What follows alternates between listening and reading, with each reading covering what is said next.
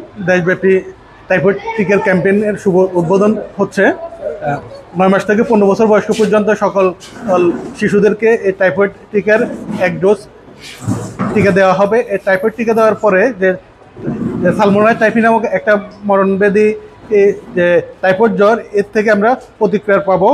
Typhoid vaccine দেওয়ার পরে typhoid জ্বর হবে না। অনেক সময় দেখা যায় যে টাইফয়েড জ্বর হওয়ার কারণে কিছু কিছু পার্শ্ব প্রতিক্রিয়ার কারণে বিকলাঙ্গ হতে পারে, বধির হতে পারে, চোখে দেখতে পারে না।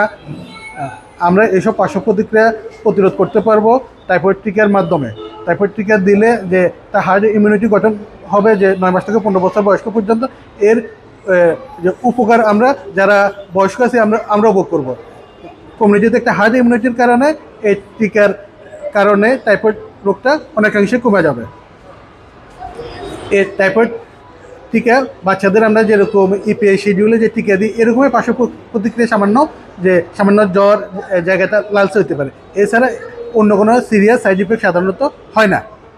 এটা খুবই নিরাপদ এবং এটা একটা হালাল ভ্যাকসিন। কেমন, বিভিন্ন মুসলিম কান্ট্রিতেও এটা দেওয়া হচ্ছে। পাকিস্তানে অলরেডি এটা ক্যাম্পেইন শেষ হয়ে গেছে। এছাড়া আমাদের পার্শ্ববর্তী নেপাল, মালদ্বীপেও এই টিকা দেওয়া হয়েছে। তো আমরা সবাই এই টিকাটা নিরাপদ এবং হালাল আমরা সবাই দিতে পারি।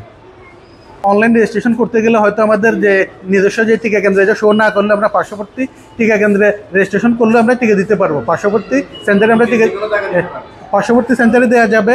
অথবা যদি সেই ওই শিডিউলেটেড ডেটে যদি মিস করে, তাহলে আমাদের উপজেলাতে একটা স্থায়ী কেন্দ্র আছে, পুরো মাসব্যাপী আমরা ওই স্থায়ী কেন্দ্রে টিকা দিব। কেউ মিস করলে পরের দিন যে আমাদের উপজেলাতে টিকা দিতে পারবে।